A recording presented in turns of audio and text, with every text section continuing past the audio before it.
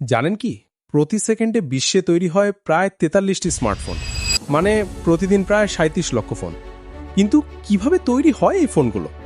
আমাদের সাথেই থাকুন, জানতে পারবেন পুরো প্রক্রিয়াটি। আসসালামু আলাইকুম বন্ধুরা, আজকের ভিডিওতে আমরা জানব স্মার্টফোন তৈরির পুরো প্রক্রিয়া। আপনি হয়তো ভাবছেন এটা তো খুব সাধারণ ব্যাপার, কিন্তু বিশ্বাস করুন, একটি স্মার্টফোন তৈরি করা মহাকাশের রকেট পাঠানোর মতোই জটিল। একটি সাধারণ স্মার্টফোনে থাকে প্রায় ২০০০ থেকে ৩০০০টি আলাদা আলাদা কম্পোনেন্ট। এর মধ্যে কিছু যন্ত্রাংশ এতই ছোট যে খালি চোখে দেখাই যায় না। তো চলুন শুরু থেকে শেষ পর্যন্ত পুরো প্রক্রিয়াটা ধাপে ধাপে বুঝি। একটি স্মার্টফোন তৈরির যাত্রা শুরু হয় প্রায় 18 থেকে 24 মাস আগে। প্রথমেই কোম্পানিগুলো মার্কেট রিসার্চ করে, মানুষ কি চায়, কোন ফিচার দরকার, দাম কেমন হবে। তারপর শুরু হয় ডিজাইনিং। হাজারো ডিজাইনার এবং ইঞ্জিনিয়ার মিলে কাজ করেন। তারা ক্যাড সফটওয়্যার ব্যবহার করে ত্রিমাত্রিক ডিজাইন তৈরি করেন। প্রতিটি বাটন, প্রতিটি কার্ভ, প্রতিটি মিলিমিটার হিসাব করে ডিজাইন করা হয়। শুধু দেখতে সুন্দর হলেই চলবে না, ফোন হাতে নিতে আরামদায়ক হতে হবে, পকেটে সহজে ঢুকতে হবে, পড়ে গেলে ভাঙবে না, এমনকি গরমেও ফোন ঠান্ডা থাকতে হবে। এসব কিছু মাথায় রেখে ডিজাইন করা হয়। তারপর তৈরি হয় প্রোটোটাইপ, মানে ফোনের নমুনা। 3D প্রিন্টার দিয়ে প্রথমে প্লাস্টিকের মডেল বানানো হয়। এটা দিয়ে দেখা হয় ডিজাইন ঠিক আছে কিনা। তারপর আসল ম্যাটেরিয়াল দিয়ে কয়েকশো প্রোটোটাইপ বানানো হয়। এগুলো নিয়ে করা হয় হাজারো টেস্ট। এবার শুরু হয় সবচেয়ে জটিল কাজ, বিশ্বের বিভিন্ন দেশ থেকে যন্ত্রাংশ সংগ্রহ করা। একটি স্মার্টফোনে প্রায় ৬২ ধরনের বিভিন্ন মৌলিক পদার্থ ব্যবহার হয়, পিরিয়ডিক টেবিলের প্রায় অর্ধেক উপাদান। চলুন দেখি কোথা থেকে কি আসে। প্রথমে আসি প্রসেসর চিপের কথায়। এটা হলো ফোনের ব্রেইন। এই চিপ তৈরি হয় তাইওয়ান বা দক্ষিণ কোরিয়ায়। একটি চিপে থাকে প্রায় ১৫ বিলিয়ন ট্রানজিস্টর, এত ছোট যে মানুষের চুলের চেয়েও হাজার গুণ পাতলা। তারপর আসে ডিসপ্লে স্ক্রিন। এটা আসে মূলত কোরিয়া বা চীন থেকে। একটি ফ্ল্যাগশিপ ফোনের স্ক্রিনে থাকে ২৪ মিলিয়নের বেশি পিক্সেল। ক্যামেরা মডিউল আসে জাপান বা চীন থেকে। একটি ক্যামেরা সেন্সরে থাকে মিলিয়ন মিলিয়ন ফোটোডায়োড, যা আলোকে ইলেকট্রিক সিগন্যালে রূপান্তরিত করে। ব্যাটারি আসে চীন, জাপান বা কোরিয়া থেকে। লিথিয়াম আয়ন ব্যাটারি তৈরিতে লাগে লিথিয়াম, কোবাল্ট, নিকেল। এই লিথিয়াম আসে দক্ষিণ আমেরিকা বা অস্ট্রেলিয়া থেকে। কোবাল্ট আসে আফ্রিকার কঙ্গো থেকে। মেমোরি চিপ মানে র্যাম এবং স্টোরেজ আসে দক্ষিণ কোরিয়া থেকে। আর মেটাল ফ্রেম এবং গ্লাস প্যানেল তৈরিতে লাগে অ্যালুমিনিয়াম এবং স্পেশাল গরিলা গ্লাস। এগুলো আসে আমেরিকা এবং চীন থেকে। মানে বুঝতেই পারছেন, পুরো বিশ্ব জুড়ে ছড়িয়ে আছে একটি ফোনের উপাদান।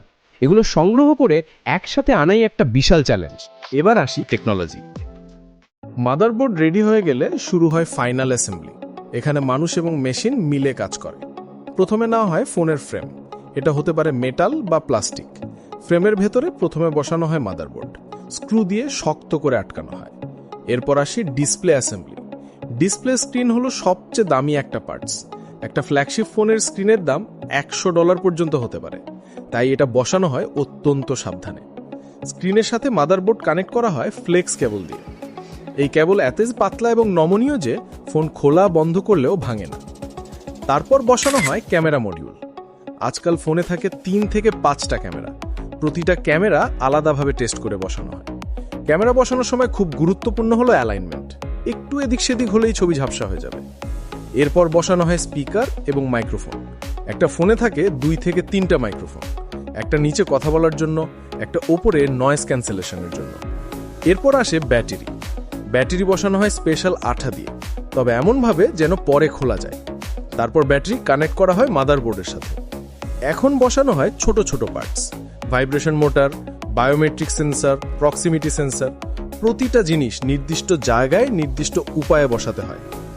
এরপর লাগানো হয় অ্যান্টেনা ব্যান্ড। এগুলো দিয়ে ফোন নেটওয়ার্ক সিগন্যাল ধরে। সব কিছু বসানোর পর আবার চেক করা হয়। তারপর যায় সিলিং স্টেশনে। যদি ফোন ওয়াটার রেজিস্ট্যান্ট হয় তাহলে বিশেষ আঠা দিয়ে সব জোড়া সিল করা হয়। এরপর লাগানো হয় ব্যাক প্যানেল বা ব্যাক কভার। এটা লাগানো হয় শক্তভাবে, কারণ এটাই ফোনকে সুরক্ষিত রাখবে।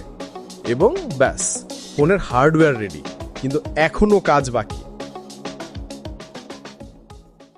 হার্ডওয়্যার তৈরি হলেও ফোন চালু হবে না, এর জন্য দরকার সফটওয়্যার। প্রতিটি ফোন এবার যায় ফ্ল্যাশিং স্টেশনে। এখানে স্পেশাল কম্পিউটার দিয়ে ফোনে ইনস্টল করা হয় অপারেটিং সিস্টেম। অ্যান্ড্রয়েড ফোনে অ্যান্ড্রয়েড ওএস, আইফোনে আইওএস। শুধু ওএস না, ইনস্টল করা হয় ফার্মওয়্যার। এটা হলো স্পেশাল সফটওয়্যার যা হার্ডওয়্যার কন্ট্রোল করে, camera driver, screen driver, network driver সব কিছু। তারপর ইনস্টল করা হয় কোম্পানির নিজস্ব অ্যাপ এবং কিছু pre installed app, Google apps, calculator, calendar এসব।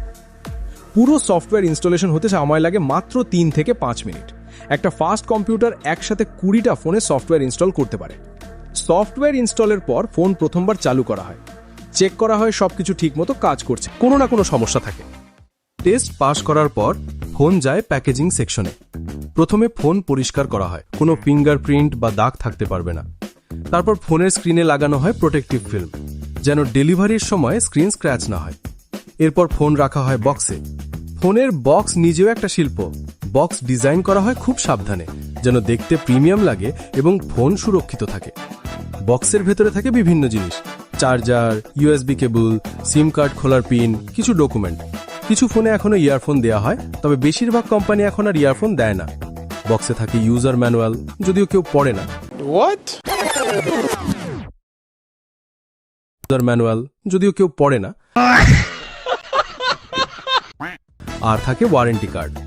সব কিছু গুছিয়ে বক্স সিল করা হয়। তারপর বক্সের গায়ে লাগানো হয় স্টিকার। এতে লেখা থাকে IMEI নম্বর, মডেল নম্বর, সিরিয়াল নম্বর। এরপর 10টা বা 20টা ফোনের বক্স একসাথে প্যাক করা হয় একটা বড় কার্টুনে। এই কার্টুনে লেখা থাকে সব ডিটেলস, কোন মডেল, কত পিস, কোথায় পাঠাতে হবে। তো বন্ধুরা, দেখলেন তো কত জটিল প্রক্রিয়া একটা স্মার্টফোন তৈরির। শুরু হয় ডিজাইন বোর্ড থেকে, তারপর বিশ্বের বিভিন্ন প্রান্ত থেকে সংগ্রহ করা হয় উপাদান, অত্যাধুনিক ফ্যাক্টরিতে রোবট এবং মানুষ মিলে তৈরি করে। তারপর কঠোর টেস্টিং, সুন্দর প্যাকেজিং এবং লম্বা যাত্রা শেষে পৌঁছায় আপনার হাতে। পরের বার যখন আপনার স্মার্টফোন হাতে নেবেন, একবার ভাবুন এই ছোট্ট ডিভাইসটার পেছনে আছে হাজার হাজার মানুষের পরিশ্রম, লক্ষ লক্ষ ডলারের প্রযুক্তি এবং দশকের পর দশকের গবেষণা। এই ভিডিও ভালো লাগলে অবশ্যই লাইক করবেন, শেয়ার করবেন, আর নতুন হলে চ্যানেল সাবস্ক্রাইব করতে ভুলবেন না। আর হ্যাঁ, কমেন্টে জানাবেন আপনার ফোন কোন কোম্পানির, আর আপনি কি জানতেন ফোন তৈরি এত জটিল।